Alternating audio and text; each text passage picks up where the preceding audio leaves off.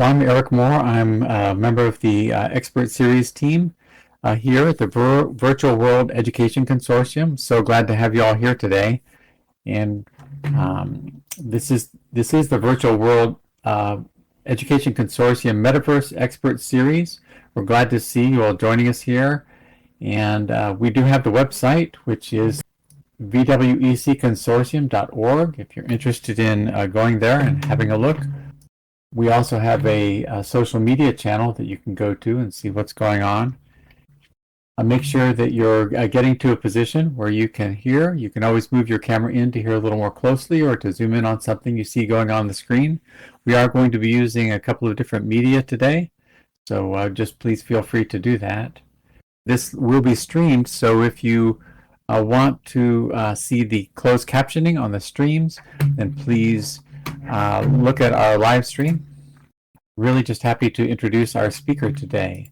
So our speaker, Ameth here, sitting next to me, also Casey Guillory, is an artist, and I had a wonderful time visiting her gallery here in the virtual world, and that was an amazing experience. And so I'll add that link also to the chat so that you can have a look. But let me not postpone anything and introduce Ameth, who's here today presenting. She's got a couple of amazing experiences for us to watch, and also a great talk about how art has been changing in the real world and virtual worlds and how those things are mixing and meshing, and just look forward to the discussion. Ameth, I'll hand it over to you. Okay, thank you so much. Can everyone hear me? Or I assume, well, if you could hear Mehdi, you could very likely hear me. So with that being said, I'm going to go ahead and get going. Welcome to my talk about immersivism. Immersivism, what is that? It sounds really cool, though, and it looks pretty cool from the picture. But we're going to be talking about the potential of a virtual art movement. And because you're educators, I've also, don't worry, done some homework to show how this can work in a classroom. So without further ado, hi, it's me. I'm Kay Guillory. You gonna call me Kay or KG? Doesn't matter. You can call me Ameth. I don't care. I'm a writer and illustrator. I've been a professional artist since 2010. I write articles for UploadVR, so I am an immersive journalist as well. Please support UploadVR.com. It's a place where you can get VR news for like games and things that are happening in the industry. So not only do I do art, but also I keep in touch with like current events and trends, and I write about that from a critical perspective. So what kind of art do you make, you ask? I make a lot. Here, let me show you. Here's some of the stuff that I've done in the past. This picture with all these canvases up, these are from Second Life. Actually, like the pictures that I took pictures of paintings I took pictures of, and then I put them in Second Life. So these are all physical paintings that I then made virtual. And I started out with my first store just having all these crazy paintings up on the wall. The very first person to believe in me was Melanie. Melanie was somebody that she ran like a sim next to Juicy Bomb. I don't know if anybody knows Juicy Bomb. Those are my friends. They pretty much raised me in this game. And they were the first people to really support me. So I love them a lot. And that illustration up top there, that is from comic books because I'm a comic book illustrator as well. So I have shown work at Red Bull House of Arts, Con Artist Collective in New York, Satellite Show at Miami Basel. Satellite shows might be pretty relevant to this movement again because they were really down with my internet art back then, and they were interested in immersivism, but they wanted to see where it goes. I've also got an award for participating in a core anthology called Wayward Sisters. So I've done a couple things and I've gotten some awards. But, you know, it's very interesting. I had this really cool art career going. Why did I kind of pivot? Why did I stop? Well, it's because I noticed a few things happening around me. So before we get into that, I need to explain where I come from. And this is going to be extremely pertinent to immersive education. This was my life in Detroit. These are the pictures that I took when I was in Detroit. I did not live in the suburbs. I lived actually in Detroit, off the streets. That's where I lived. It was wonderful, but at times it was incredibly bleak. The pictures that I am showing you, the bus stop picture downtown Detroit, it was kind of safe there. The picture of the person walking in the park, that is not a safe area. That is an area where people sell drugs. It is also an area where you could get shot and killed. This area is extremely dangerous. Also, it could be just plain scary. I had an apartment that was right there. Like, I walked out and I saw that view. This park right here, remember it? People, I would walk home sometimes and I would see just strewn clothes and no people, and the clothes would change.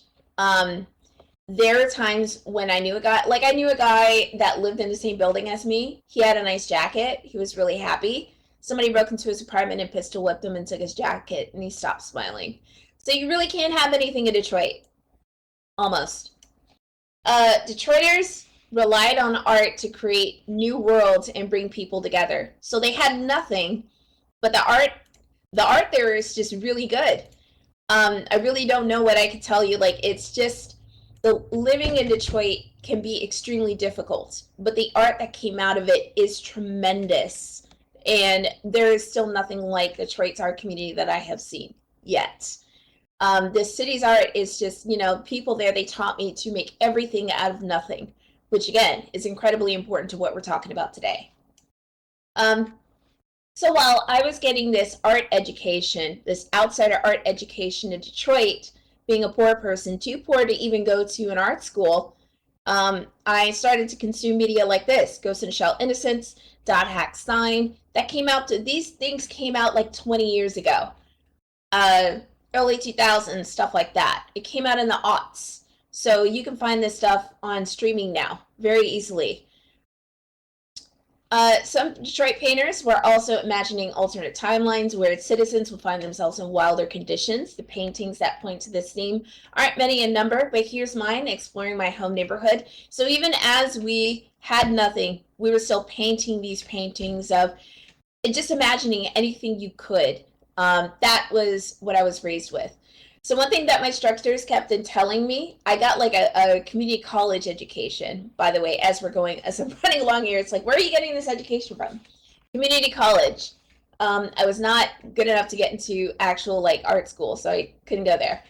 They said, don't paint computer screens and still lifes. I asked why. They said just not to do it and that it looks awful. And I just didn't really understand that, because look at this sketch that I did. I really wanted to paint this. And it made me sad to think that the art world would not accept the still life with a computer screen at its center. They just said, don't do it. I never really got why. So here's my actual, as I began painting, you can see my painting up here. I'm doing really good stuff. I'm a very young artist at this point, and I'm starting to, just mess around with like the local galleries and things like that. Later on in college, I was trained to do blind contour drawing very well. I somehow got into Wayne State. There was still some money left on my like Perkins loan or something. Blind contour drawing is when you look at a subject and draw them on canvas without ever looking at the picture again. This is going to be extremely important. It requires you to stare at your subject until you're finished drawing them and trust your eyes with what you see. And that is going to be key, again, to what we're talking about later. So by the time I received the opportunity to show my paintings at Red Bull House of Art in Detroit, I was using Second Life and playing around with virtual photography. But nobody would really accept what I was doing, and I couldn't tell anybody. It was silly. Here I was becoming an adult, and it wasn't okay to talk about video games as anything other than entertainment. No one wanted to talk about their private life gaming online. At the same time, sword art online was getting attention, and all of my friends loved it. The advancement of society, I'll tell you this right now, you don't have to watch anime to know this, but when popular subjects begin to broach the anime line, and you start to see anime make stories out of it, that's when you need to pay attention to that thing. There is now more and more anime talking about virtual worlds. That's the sort of temperature you can take with general society. Like, what are they talking about in Asia? And what are young people in America talking about? That's how you know. is through anime. Anime and webtoons will tell you. So while I quietly explored Second Life's art community, I never really got to talk about it, but here's Patrick Moya, here's Viv Hansen, here is Club Cringe, which is in Second Life. They still have, I think they still have a party series, I don't know, but that Dorian Electric came to Second Life and nobody even knew who they were. It was hilarious. I just thought, oh my God, are you kidding me? It was great. But we need to go back just a little bit further, okay? This isn't the first time that Second Life is not the first place where virtual art has come up. We also had a 90s consumer wave in the 1990s with VR. Here's Nicole Stenger, one of the early pioneers. Here also, you might notice Bryn O is an early pioneer as well, has worked with Second Life and VR. Each decade, a new immersive platform brings new achievements in design. So as we keep going on and this technology keeps developing, the artists get better at making worlds, and the art criticism and the art knowledge gets better and better. So by the time I was joining group shows in New York, I'm still doing these shows in the physical world, doing art shows in New York and wondering what was next to me. It turns out the answer was right in front of my face. This is a painting I did for a friend for fun. I had a spare canvas and I wanted to give my friend a gift. We were both making art in Second Life Art Camp. We were taking apart in a camp there. And where the assignment was to think of something new to pursue, there was a group of us. We were called the Wanderlust Group. And I think that they're still kind of around today. Here's another painting you might recognize from Bryn O. She is an accomplished virtual, sculptural, and traditional artist who's been making art in Second Life since the 2000s. When I showed her my painting to ask her what she thought, she then showed me this one. She said, I've been painting avatars too. And that's when a light bulb went off in my head. And I said, if two artists are doing the same thing, eventually many more would too. Not to mention the increasing amount of media that I've been seeing that took place in virtual worlds. And the casual way my friends my age and younger were accepting them, because I'm getting older now. I'm getting in my 30s now, and I'm thinking to myself, if everyone my age and younger is accepting this, that means that one day this is going to permeate the fine art world. First, it permeates popular media, underground media, popular media, then it gets into the art gallery. That's how it works. To me, it pointed to a movement. I decided my next project would be to research how far I could take the concept of painting virtual worlds. So in order to do that, I saw VR opening up. I saw communities opening up in VR chat. And so I went there to research further. Researching this through blind effort, here are a bunch of paintings I created in Second Life. And these are all in different platforms. Second Life, this top one in the center is half and half. The one of an elf woman, I was actually looking in the mirror and painting my avatar that was looking back at me. It was really trippy. The one on the far right over here, you can take a look at it. Just for a second, actually, I'm very interested to see what you think is the shock of this painting here. The two that are sitting with the pitchfork that looks kind of like American Gothic. What would tell you that this is a video game? Can anybody guess? When you look at it, just take free answers in the audience. Looks familiar. It does look familiar. But there's something about it. There's something about it that's not right. Look at it really good. Look at that picture of the two people sitting underneath the tree. What is off about the picture that will tell you it is not taking place in physical space? And I'm just going to give you like a couple more seconds. Anybody guess? The answer is, if you look in the back, there's a line bisecting the sky. And if you look even closer, you'll realize that's not a sky. That's a skybox. I'm in a skybox. I built a farm inside of a box in Second Life, and I put that thing in the sky, and I said, I love it here. It makes me so happy. This painting hangs in my office, and it is one of the happiest times of my life. was when I was just in a little box in the sky, and I just had my little farm with my stupid little breedable goats that were so spammy with scripts. It was so much fun. That's what immersivism is about. It's about this happiness that you feel. It's about the things that you see and experience. That is something that I feel has value. It has value. So eventually I realized that blind contour drawing could help me illustrate what I saw in VR. We're not going to show this video yet. We're going to wait. Using the blind contour skill on a virtual subject brings weight and truth to what someone paints. So I try giving it a shot. I'm going to go back to the slide real quick. You see this tree? You see those trees that are kind of painted very kind of stipplishly? I painted that with blind contour. I had a headset on my face. I was looking at the trees, and I painted them without looking at my canvas. And I will show you how that works. That is why I brought video today. You must see it for yourself. Okay. The Quest headset was also improving with its pass-through ability. Now, we've got different headsets that are coming out that have, like the Picos coming from China. If you don't want to take part in augmented reality because the companies that are producing these headsets right now, don't worry. You can learn blind contour with any VR headset. So you could buy a headset from any company you want. And you can learn this. You can also learn this on flat screen. And I'll be telling you more about that later.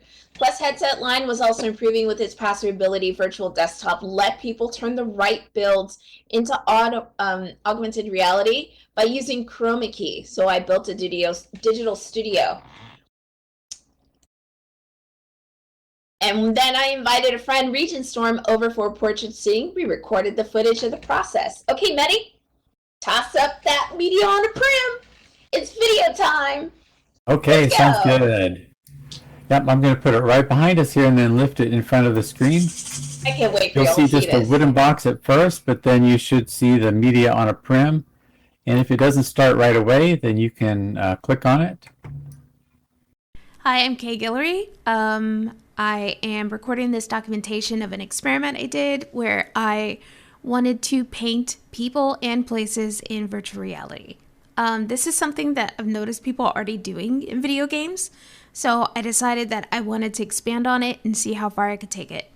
I converted my studio to a 3D scan, stripped it down, put it inside VR, and when I flip the button, you can see this 3D scan of the room, replacing the digital over the physical. When I turn it off, I have a green screen, and for me on my Quest pass-through, I can see my studio perfectly. So then all I need is a model. So this is Regent Storm. Regent volunteered to help out with this, which I'm super thankful for. They're a VTuber and a musician, and they DJ. So this is what happens when you overlay a keyed out green screen background over your studio. So Regent didn't have the 3D scan. They bravely dealt with the green screen. Thank you so much for doing that. But you can just see how immersive this is. Even though they stand out for their avatar, it's not quite the same reality as physical reality. I just thought it was really fascinating. And doing this painting sitting is very exciting for me. So Regent listened to my request and was very kind. We did 2 portraits for this session. Here's us kind of like moving around with weight and setting up, grabbing a canvas, and just kind of like trying to figure out how this is going to go with the headset on my face and painting with pass-through to... Oh, you can see like the imperfect overlay there, which doesn't really matter because it gets the job done. So I pre-painted the canvas with yellow, set everything up, and now I'm just going to paint a portrait of Regent. And then I'm going to do a sketch after that. And Regent was just so cool, just stood there, was so natural, and I think that just comes with the, perk of being a performer is... when you got to turn it on, you can turn it on. And I think Regent is somebody that does that very well. I also think it's really cool that we have streamers, out there in full like VR doing the whole show. I know people that like sing and dance and act on their channels, and I just think that's real dedication to the bit, like full acting is pretty amazing.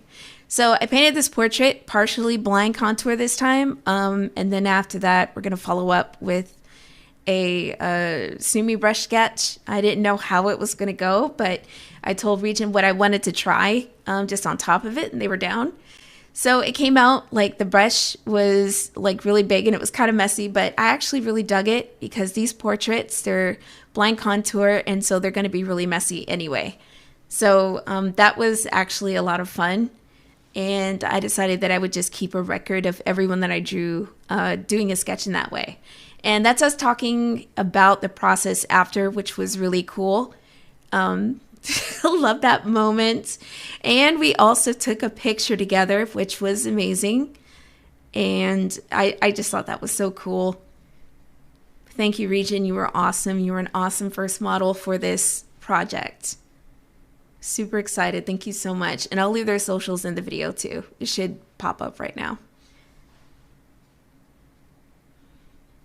I just wonder what people are going to think of this. I wonder, will they consider this fine art? Will they not? Will they say it doesn't belong on fine art gallery walls? Like, what do you think? And the part that really got to me was, it was really cool, is that we hugged, and in an augmented reality that is kind of wild. So I was very shocked by that. It felt very unreal. And that's it. So thank you so much. That's this is the portrait. I did like a full kind of like cartoony style this time. I thought it did justice to Regent's avatar. And then I picked this really bright sunny background because I felt like it matched their personality. And that's it. Thank you so much. That's my other video, painting in VR. And tune in for more later. Okay. Yeah, so that happened, and when it happened, it felt quite unreal. Like, I think we sat and talked about it, and I think that we definitely felt the energy, like how it's like, oh, how did the portrait sitting go? It felt unreal. It felt like, we were part of a future that had not fully taken shape yet.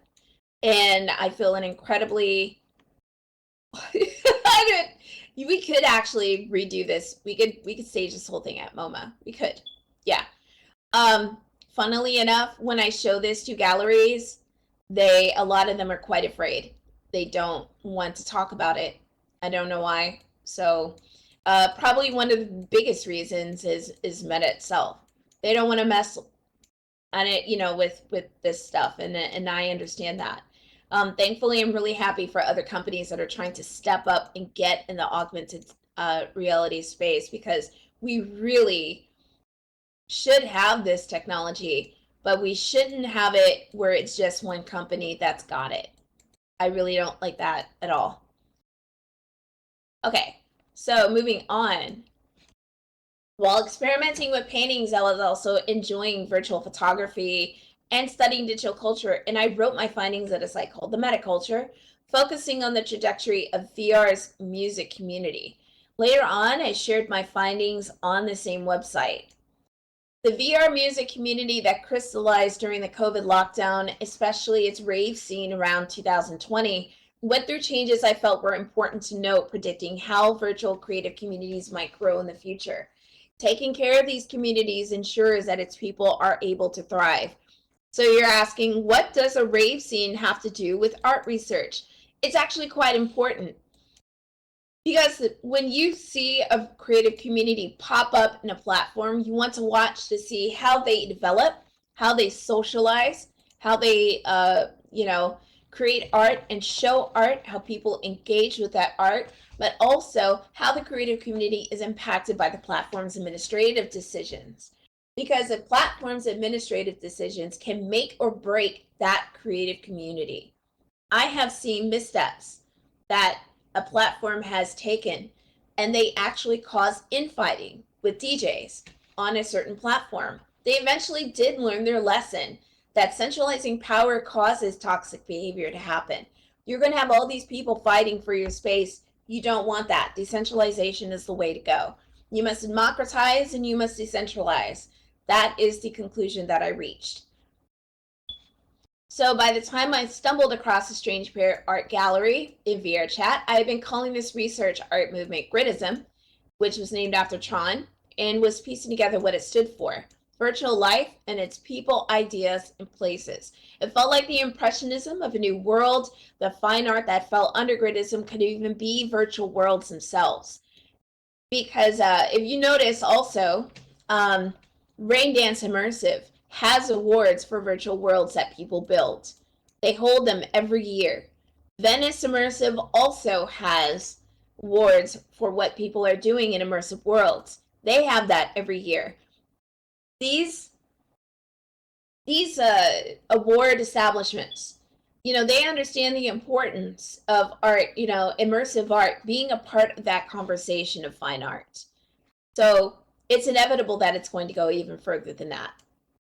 The Strange Pair Gallery was founded in 2022 by Oz Pearsall. The community felt so much like Detroit, I knew I had to give a talk there. And after explaining my idea to Oz about what I was researching, it was set in stone.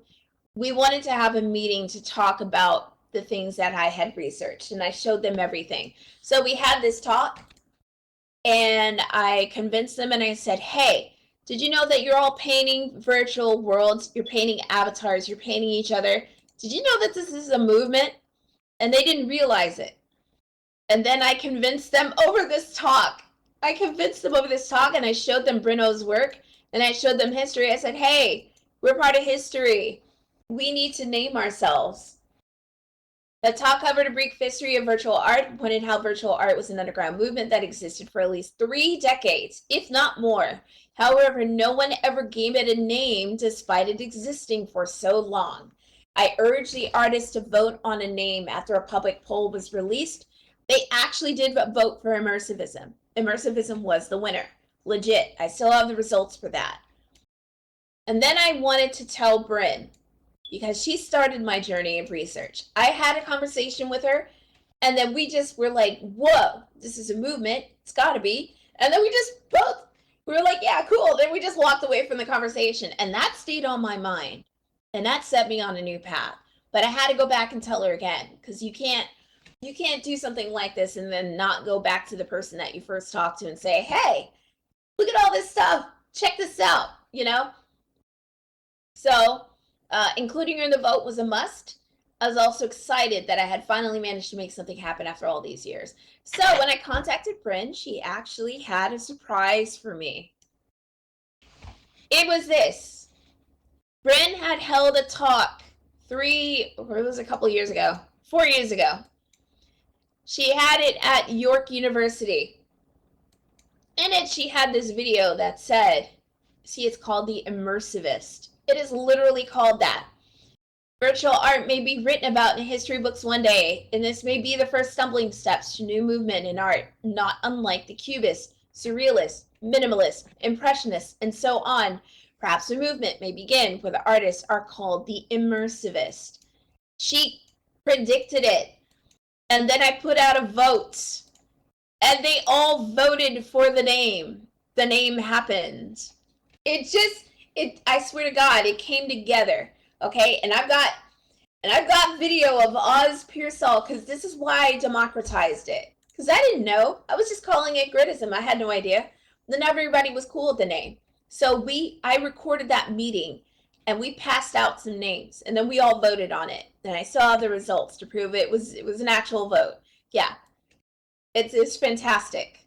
Okay, so now that we've got the name, we've got the technique, we've got the history, let's dissect this a little bit more. What is immersivism? Immersivism is an art movement concerned with people, places, and ideas about virtual worlds. Immersivist art can be paintings, sculptures, photography, or virtual worlds themselves. Check this painting out. This is a painting by Kikta. Kikta is going to be quite important to the early immersivist conversation about art. Kikta likes to paint traditional HUDs, Quake, Doom paintings, really nostalgic stuff. But this particular painting that Kikta made is a memory of them riding in a car with their friends in Final Fantasy Online. Final Fantasy, I think this is like 14. Yeah, FF14 online. This is the online one. So they painted that memory. This is a perfectly immersivist painting. How does this help VR and immersive worlds? Immediate beneficiaries of this movement will be those who create the art through direct sales. Secondary beneficiaries are those who invest in it, grants, residency programs, education, sort of, et cetera, et cetera. In other words, the shaping of this movement, the early shaping of this movement and its conversations can have a direct impact on the artists who are forging these new conversations. And I will be quite honest with you, in a time like this, I think is great. I think that people making money off of their art and exploring new ideas, my God,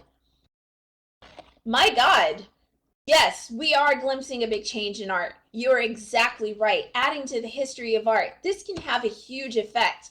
And I believe this is why when I showed the traditional galleries near me, I showed them that stuff, they got scared and they didn't know what to do. And so they immediately rejected me. I do not believe that it was actually rejection. I believe that they needed time to think about it. I think they needed time to think about it because it was such a big idea that it actually made them afraid.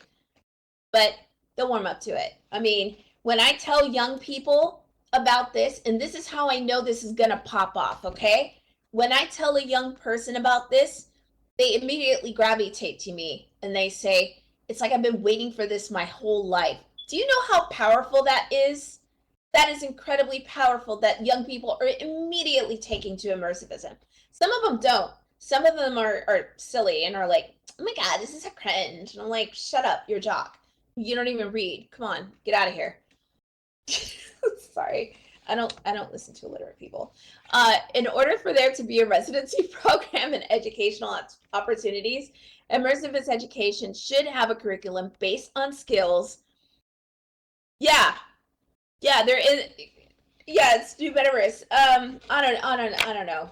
I think that some people, there are some people that don't like this movement, and I'll tell you why. It's because they don't like being perceived.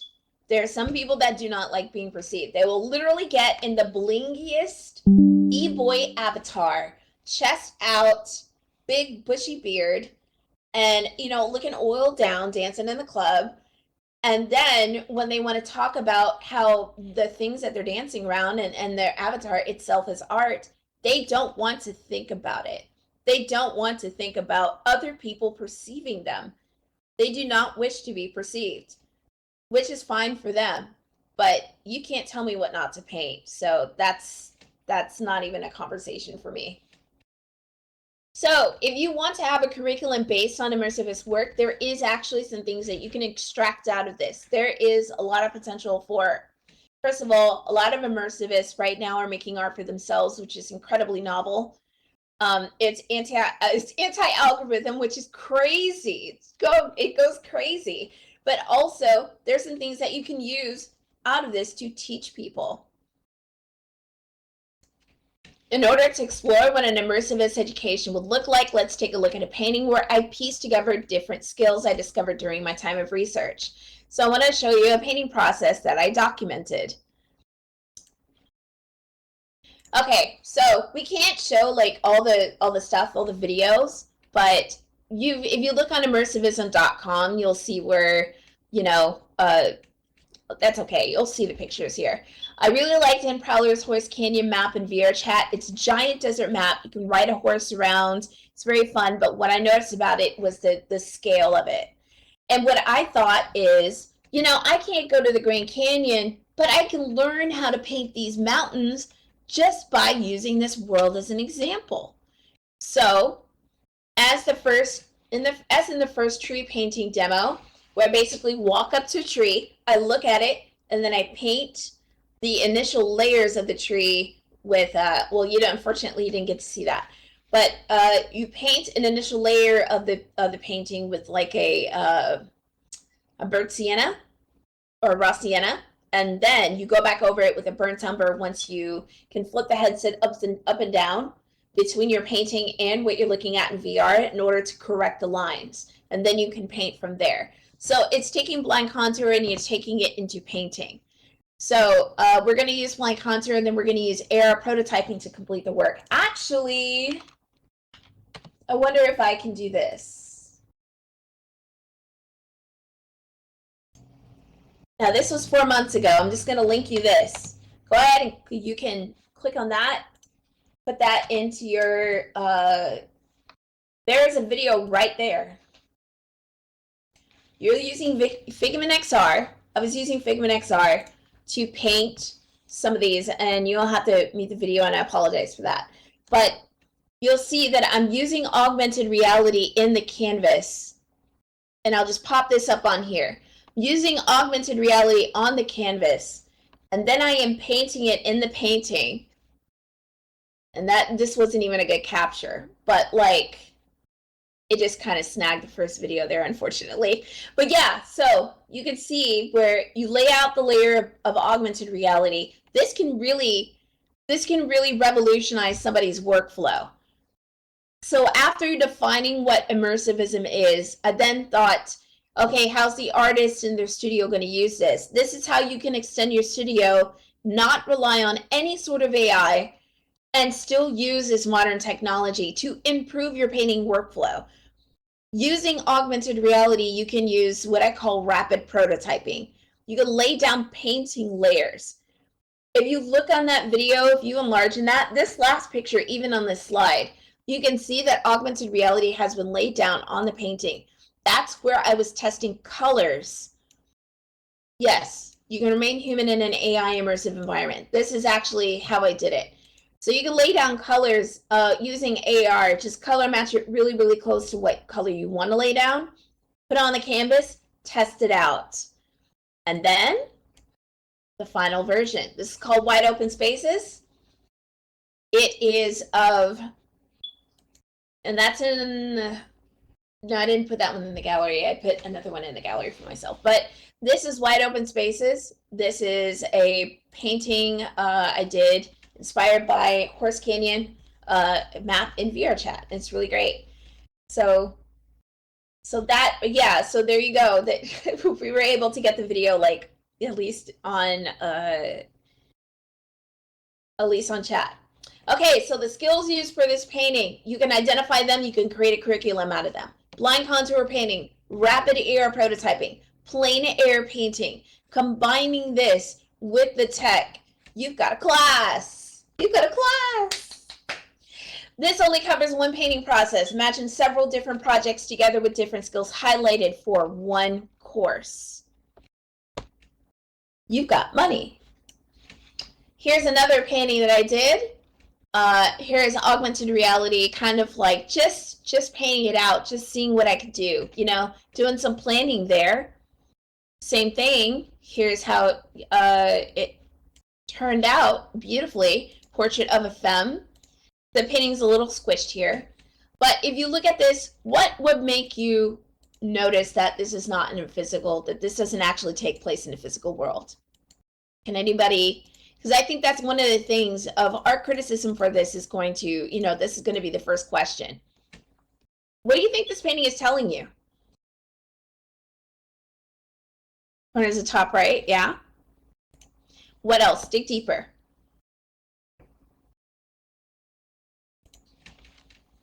There's something this painting is telling you. Also, there's something that this painting might remind you of another painting, if you can identify that. Like magical realism in literature. Yeah. Fire fruit. Yeah. Okay, so this fire, I will tell you, it's kind of like the pets that you put on your shoulder in Second Life. It's like the pets. You know, you put the little, yeah, you put the little pets on your shoulder. That's just avatar culture. Yeah, that's just avatar culture. See the sign above her head? That's what we got above our heads right now. It's our nameplate. It's our nameplate. You know what this painting, it is, the message that I put in it is the frames, excuse me, the frames are your computer screen. They are your headset. They are what you perceive the virtual world through. If we look at these worlds through frames, but as you connect with someone, the frames and all that drop away, and instead you are connecting with a person. That person shines through. She steps through the frame. She's now with you. Yeah. So that's what this, yeah, it is. And this has, you sit and think about this for a bit. It's going to have huge consequences on the actual, like, our physical world. This is gonna bust the doors wide open. Okay, here's some more blind studies, just, you know, some extras. These are some blind contours I did while looking at subjects in virtual reality. Just on my iPad, looked at these folks and drew them, and then added textured backgrounds. So one thing that I try and practice with like a group of artists that, you know, we hang out together and we have like our own little museum group. It's kind of like a gallery thing to encourage the practice of this art, and they do their own experimentations, and we kind of like pool our thoughts together. Is that the messing with different textures. The messing of textures, the physical and digital together. Yeah, this is a digital drawing, but I've added texture to it. Makes you want to touch the painting, makes you really want to look close at it. You know, it gives it that extra dimension, and I feel that that's quite important. So immersive education courses also can cover the art of publication around new subjects. Through the Metaculture, I also ran a community project encouraging others to submit art, essays, and photography to be published. Here is our VR zine. Remember, it's an experimental kind of free form. It's for young adults and it's for adults and, you know, and we just kind of explored what publishing immersivists thought, you know, on poetry and prose, what that might look like. So that was the result. It was a great effort. It was fantastic. Okay, so then I also did comics. Clout is a short horror story about a virtual streamer balancing the demand for greater success with her personal life. It is based on the old fairy tale of the fisherman and the golden carp. Clout served as a return to comics for me, as well as experimenting with taking on stories that take place in immersive spaces. The research needed to make these stories believable is utterly necessary in order to deliver a sufficient punch. So hanging out with VTubers, talking to VTubers, and, you know, seeing what their lives are like really served as really good content, you know, really good feed in for this. Here are some things that, here's a juxtaposition also, putting in the jarring of, here's being an immersive world. These two sequences in the comic, they come right after one another. This right here, they say, all right, love you, babe. They're parting ways. And then she immediately wakes up, takes her headset off. All that frippery, all the bubbles, particles, and everything are gone. And now she is back in her physical world again. That jarring moment, that is actually something like when VR users read that, they said, yeah, this is exactly how it feels. You log out, and then boom, you're back in the physical world again, and it feels nothing like where you were before. Publication projects don't have to remain in the realm of fiction. Nonfiction publication can also see success with virtual residencies, encouraging writers to explore standards of quality stories to help develop their craft. This is an article that I wrote for UploadVR called "The Next Generation of VR Developers Are Social VR Users," and diving into these worlds, when I get an assignment as a journalist and I'm diving into these worlds, it does feel a lot like the movie Paprika, where, you know, you put on the DC Mini. If you've ever seen that movie, I would highly recommend watching it. You put on the little DC Mini thing, and then you go to sleep, and then boom, you're in a virtual world, and you're a little pixie with wings on your back. And then you wake up, and it kind of felt like it was a dream. Sometimes when I log out of VR and I'm writing about things and I'm documenting things, it feels like I dreamt it, but I've got video because I've recorded what I've seen and what I've done to be like, yeah, this actually happened. So it's kind of crazy. Immersivist museums and Second Life and VR chat are almost complete. Ateliers included. So this is what we're building right now. The LM that you're going to get today is for the one on the bottom right. That's the Second Life location. We are building a Museum of Immersivism. And the one on the left is the one that's going to be in VR chat. It more closely reflects our website. And then we have more space there, so we're just doing some crazy stuff. But it's really nice working with different architecture on different platforms to, speak different design languages. And we're still delivering the same message. It's very fun. One of the things that we're including with this is a workshop in both spaces. What we'll be doing is holding classes to teach people for free how to draw like what I've showed you in these videos. If you're interested, you should join the Museum of Immersivism. You could join that group. We'll be announcing when our drawing classes start. They're free. It's an atelier. You show up. There's a focus on, drawing subjects, and, we'll get you there, and then we'll just see how far this can go. I'll be teaching people in VR, so you can either have a spatial education with this, with a headset on, or if you want to do this in Second Life, should be announcing it like next month, because we're almost towards the end of the month, so probably in April is when we'll begin having classes. And we'll just do this on some weekends, probably on a Sunday. And we will convene and we'll just teach people how to do this stuff. And you'll be able to draw subjects in Second Life just like if you're in VR. It's just VR, you'll be a little more spatial with it. Okay, so before I go, I'm also going to show you that this extends to photography. Here we've got some textual stuff going on with photography here. With VR, it feels like a lot of photography, virtual photography work is about the blurring of memories. It's very interesting. So here are some thoughts. Healthy spaces where artists thrive will not contain too much pressure on profit, nor so little that there is no opportunity to grow professionally if desired. Consider platforms with live building capabilities like Second Life for hosting creative jams and residencies around immersivist work. When we keep the lines of knowledge flowing, each generation of virtual art improves.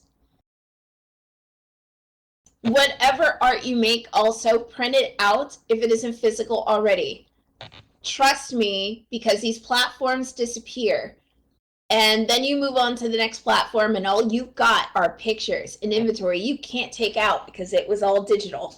Print out whatever photos and memories you want and keep a scrapbook. There is no difference between a physical and virtual memory. A memory is a memory.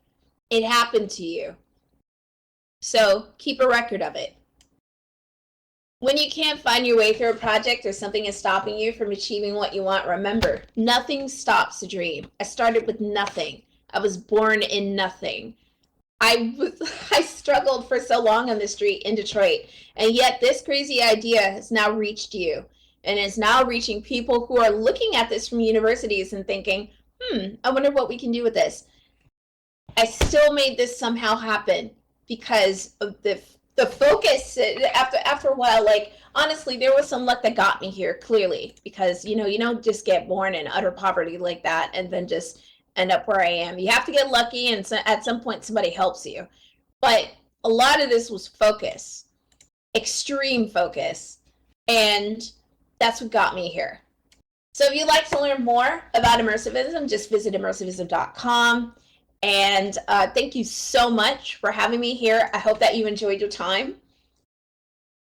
For each generation, anything available, and particularly any new technology or material, can become a paintbrush or a canvas to express the perception and vision of an artist. And here we are. Yeah, exactly, tagline.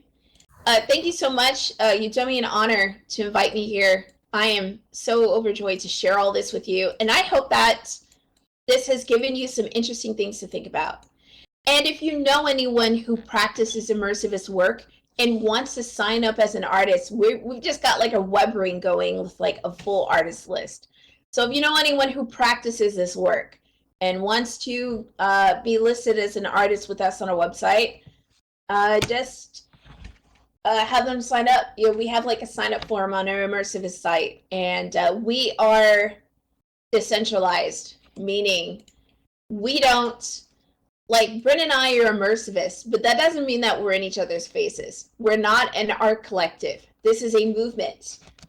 We have art collectives that are listed under the Immersivist site, but we don't get in there. We don't talk to them or tell them what to do, because that's not what this is about. The internet is for everyone. We're not here to tell people what to do. You do your own thing. You take your ideas and you improve on it. I hope the next immersivist out there that makes a splash with this genre, really does some crazy stuff. So I'm super excited for that. Thank you very much. Thank you. Wow, thank you. That was amazing.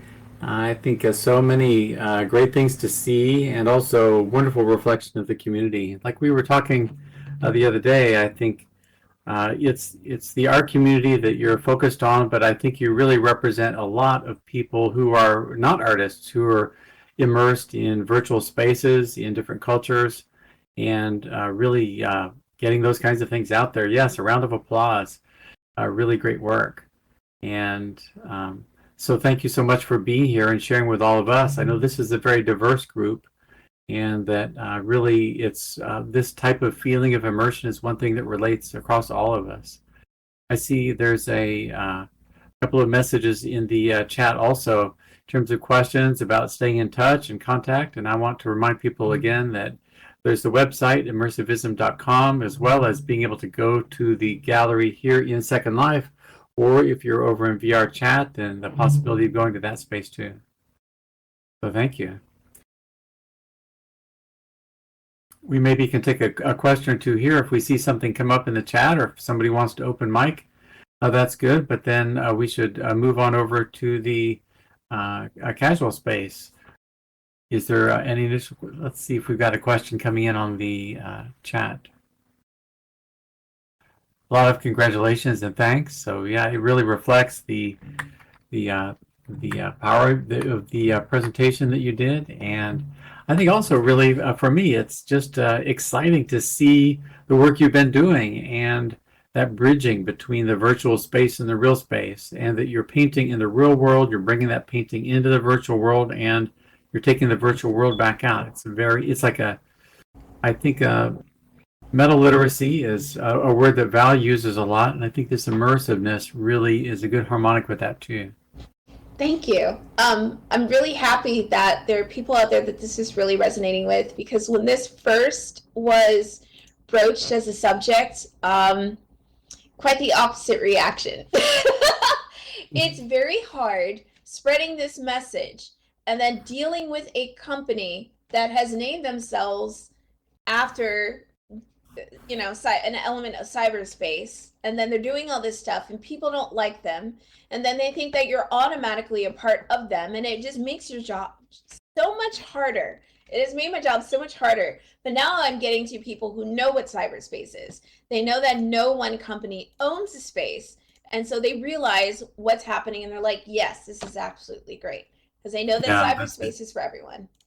Mm-hmm. Yeah, and I think as more people get in, it's not even just the virtual world space, but the imageries that you're using and that your group is using are really evocative of a whole bunch of different kinds of immersion that we see, like in cybersecurity, the world of the hacker immersed in code and things like that. The feelings that you're getting are pulling out some of that experience too. So I see this really jumping across a lot of boundaries. So really glad to share it with a larger group, and I hope that as we have this stream recorded on the website, that it can reach out to a broad number of people who I'm sure would be nurtured by what they see here in your presentation. So if we can at this time, let's move over to the other area. You can see there we have, I think usually we have some snacks out over in that area, so we can go find out. Here, I'll lead the way, and you can, yeah, thanks Val. And then we can head over in this direction.